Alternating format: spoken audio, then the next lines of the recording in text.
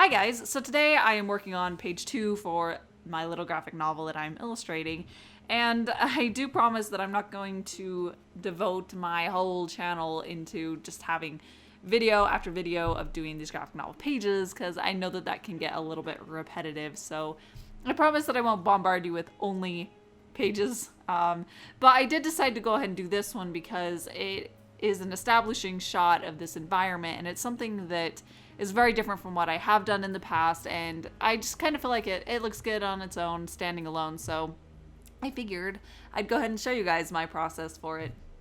And I actually had promised that I was going to do a line art tutorial this week, kind of instead of this video, but a lot of things ended up happening this weekend that are all very exciting and happy, but they were very time consuming, and I still have a few things to do, so unfortunately, a more in-depth tutorial is going to have to wait until the beginning of next week. But that's a good chance for you guys to go ahead and leave any questions you have down here about line arting digitally or anything like that that I can answer in that video, and it'll be a good opportunity for that. But I did want to answer one question in particular that I had that was kind of the inspiration, I guess, for doing this line art tutorial in the future. So I wanted to go ahead and answer that one really quick before I get too far into this actual picture.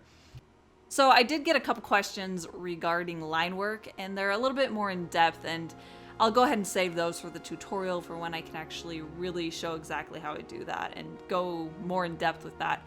But there is one particular question that I wanted to answer really quick because I did such a terrible job answering it in my comment to that question. So the actual question was, how do I get rid of the extra line work when I go past the point that I need it to be?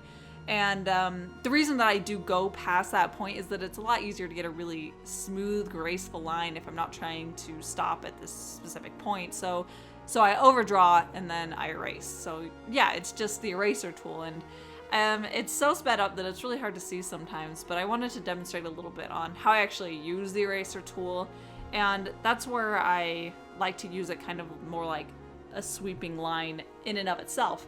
So instead of just erasing out that one particular section that is too far, I take the eraser tool and I act as if I'm doing one smooth brush stroke like I did when I was actually making the line, and I follow along the line until it intersects and I just cleanly cut that off. And the reason that I do it that way is that it just gives it a lot more of a crisp, clean edge as opposed to something that doesn't really flow the same way as the line when I drew it. So yeah, hopefully that shows that a little bit better from what I was trying to describe in my description. Anyways, so back to the illustration at hand, I actually had the perspective lines drawn out from the beginning. It's the red, like, star-shaped starburst of lines. And partway through my illustration, I realized that I wasn't following that perspective at all, which I have no idea what happened in my brain to make me not follow the perspective lines that I'd drawn. It was crazy. But yeah, I think that the perspective lines that I did have, I had them way too high, where the actual horizon for my illustration was much lower than where I drew that at. And because that I kind of drew that part first initially without really thinking about perspective, where I have this plane straight on as opposed to where I should technically be looking up at it from where the perspective lines are. So it really messed all the perspective up on this piece. It's just kind of ridiculous, but I did notice that partway through, so that's why I actually moved down the perspective line, because that's where most of the illustration was based around the horizon line being pretty close to even with where those characters are in that plane. So it was a lot easier to change where I had the perspective lines than it was to actually redraw the image, which it's kind of horrifying that I did it that way. It's kind of like, I didn't even think. My brain was not functioning when I drew this, apparently, but that's okay.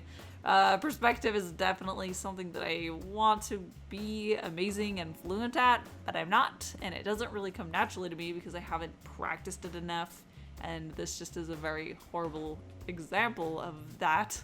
Don't follow my way of doing what I just did here. That was ridiculous. And I loved when I could finally put in these two characters. I'm sure it's no secret, but I definitely prefer characters over anything else. But that's not actually the main reason.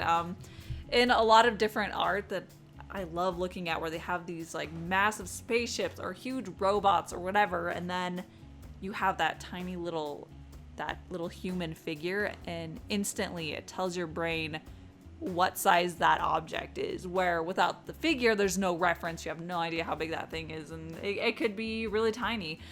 And I just think that that is so cool to be able to see the actual scale of these made up objects. So it was really fun to be able to see that in my own work, where once I added these characters, I was able to actually, it kind of made sense, the scale of these aircraft that they're working on. And they're really not that big, but suddenly it made sense, where before that there was no reference. So looking at it, it's not as clear what their actual size and scale is. So I thought that was pretty cool. I enjoyed looking at that in my own work. And that is pretty much it for the first half of this illustration with just the line work. And I'm excited to do the coloring. I've actually started it at this point, and I'm gonna try doing it with a much more limited color palette, which is something that I've talked about in a past video. I think the one right before this. So hopefully that'll go well. We'll see.